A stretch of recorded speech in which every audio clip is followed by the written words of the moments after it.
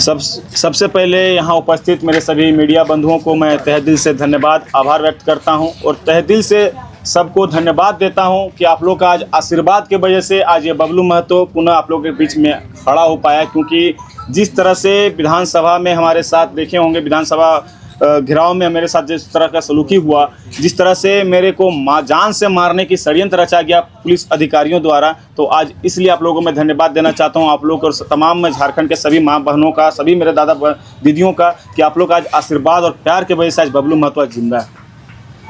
हम लोग बीते दिन जेटेट की परीक्षा होने की मांग को लेकर हम लोग विधानसभा घेराव में गए हुए थे। वहाँ पे बच्चे आए हुए थे, मैं उनके समर्थन में गया हुआ था। मैं आजसू के प्रदेश कार्यकारी अध्यक्ष हूँ, मैं समर्थन में गया हुआ था नैतिक समर्थन देने के लिए। उस दौरान जब हम लोग वहाँ के एसडीएम साहब थे, वहाँ के अधिकारियों को हम लोगों ने ज्ञापन सौंपने के लिए वहाँ पे जब जाने लगे, तो वहाँ के अधिकारियों द्वारा उग्र प्रदर्शन करते हुए अपना बैरिकेड को फांदते हुए इधर आके मुझे और मेरे कुछ साथियों को टारगेट करके मारने की कोशिश की। मारने की नहीं, जान से मारने की कोशिश की गई। आप देख पा रहे होंगे, सीधा करके सीधे एकदम मेरे सर पे मारा गया। अब वीडियो के माध्यम से भी आप लोगों ने देखा होगा किस तरह से एक पाठा को बलि करते हैं, उस तरह से मेरे पर मतलब डंडा चलाया गया, कोई बैल बकरी जैसा। क्या झारखंड का युवा, क्या झारखंड का छात्र कोई बैल बकरी है? क्या कोई गुंडा है? कोई आतंकवादी है? हम लोग अपना हक अधिकार की बात भी नहीं कर सकते हैं? क्या हम लोग अपनी बात को रखने के लिए भी अब बाधित हैं? क्या कॉन्स्टिट्यूशनल हमारा ये राइट भी छीन ले रहा है? जिस तरह से ये हेमंत सोरेन, जिस तरह से ये सरकार, निकम्मी सरकार, चोर सरकार, मैं बार बार कह रहा हूँ, ये चोर सरकार हम युवाओं के भविष्य के साथ खेलने का काम कर रहा है, हम युवाओं का भविष्य के साथ खिलवाड़ कर रहा है। मैं उसको चेतावनी देना चाहता हूँ कि आप बच्चों का भविष्य के साथ ना खेलें, अन्यथा इसका अंजाम बहुत बुरा होगा। आज बबलू महतो बच गया, आज बबलू महतो बच गया। पिछले दिन बोकारो में ऐसी एक घटना घटी थी, किसी अधिकारी, पुलिस अधिकारी द्वारा डंडा से मार के एक प्रेम महतो जी का जान ले लिया, ऑन स्पॉट उनकी जान चली गई। तो कल बबलू महतो भी शहीद हो जाता, बबलू महतो भी मर जाता, इसका जिम्मेवारी कौन लेता? क्या ये सरकार लेती? क्या ये प्रशासन लेती? मेरी माँ लगातार रो रही है कि मेरा बेटा को चोट लग गया, तो क्या इसका जिम्मेवारी कौन लेता? आज ये प्रेस कॉन्फ्रेंस करने का मेरा मकसद ये है कि हम युवा हैं, हम इस समाज, इस प्रदेश, इस देश का रीढ़ का हड्डी हैं। अगर आज हम मजबूत होंगे तो हमारा प्रदेश मजबूत होगा, हमारा देश मजबूत होगा।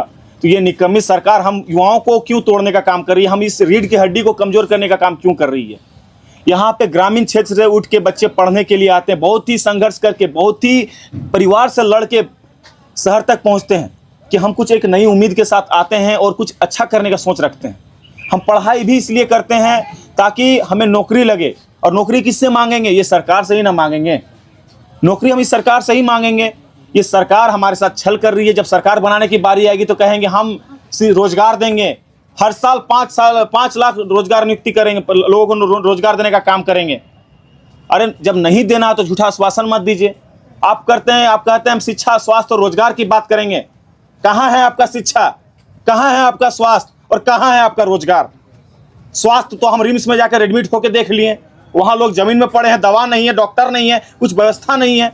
शिक्षा के नाम पे जब हम लोग छात्रवृत्ति का जब आंदोलन कर रहे हैं, छात्रवृत्ति के लिए हम लोग 3 साल से परेशान हैं, बच्चे पढ़ाई छोड़ने के लिए मजबूर हैं, बच्चे सुसाइड कर रहे हैं, बच्चे पलायन कर रहे हैं, जोमेटो में काम कर रहे हैं। क्या भविष्य यहीं पे है? और जब रोजगार मांगने के लिए जाते हैं तो हमारा माथा फोड़ देते हैं मालिक।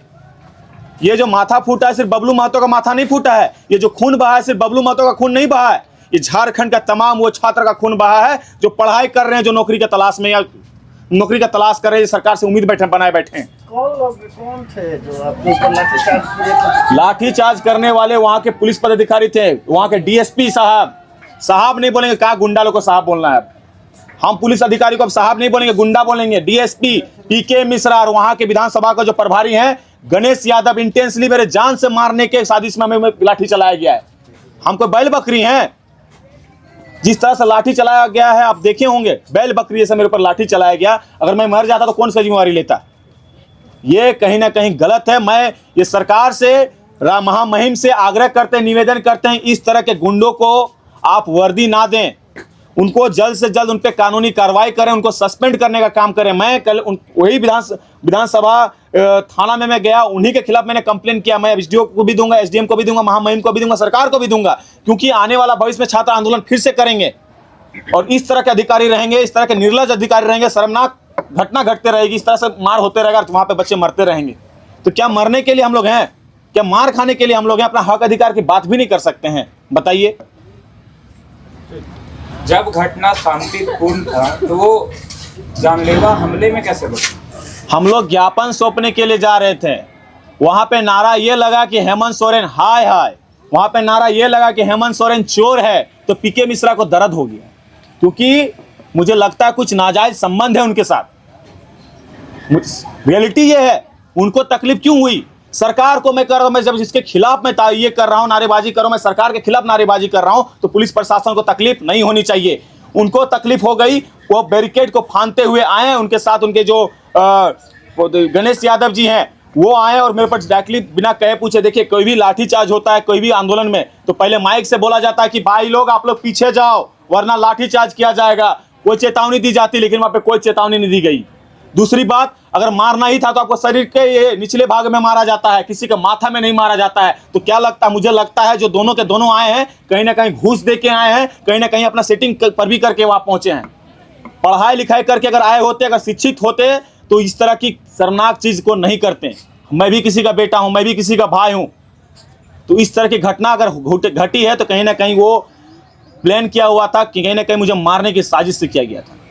ऐसे ये घटना पुलिस द्वारा किया गया, तो क्या आपने पुलिस में एफआईआर दर्ज कराया? जी हाँ, मैं पुलिस में एफआईआर दर्ज करवा रहा हूं। मैं एसडीएम को दूंगा, एसडीओ को दूंगा, मैं राजमहामहिम को दूंगा, सरकार को भी दूंगा कि जिस तरह से आप गुंडा पाले हैं इन लोग पे काबू रखिए। अन्यथा अगर युवा खड़ा हो गया, अगर युवा उग्र हो गया, तो कोई अधिकारी कोई पदाधिकारी कहीं काम का नहीं रह जाएंगे, ना कोई सरकार काम कर जाएगा। मैं ये बयान दे रहा हूं, दौड़ा दौड़ा के मारने का काम करूंगा अगर उग्र हो गए तो। सीधी सी बात है, अगर आप हमको संयमता से, आप अगर हमको सही कानूनी तरीका से हम पे कार्रवाई करेंगे तो हम तैयार हैं, लेकिन इस तरह से जान से मारने का कोशिश करेंगे तो मरता क्या नहीं करता। आप मारोगे तो मार खाते थोड़ी रहेंगे। आप तो बाई चांस सामने से आके अचानक से मेरे पे हमला कर दिए, मुझे नहीं लगा था आप मुझ पे हमला करेंगे, वो भी माथा पे। आपने अचानक से हमला किया, आपने वीडियो के माध्यम से देखा होगा। मैं यही मांग करता हूं कि इस तरह के गुंडे मवालियों को जल्द से जल्द सस्पेंड किया जाए और यहां से हटाया जाए।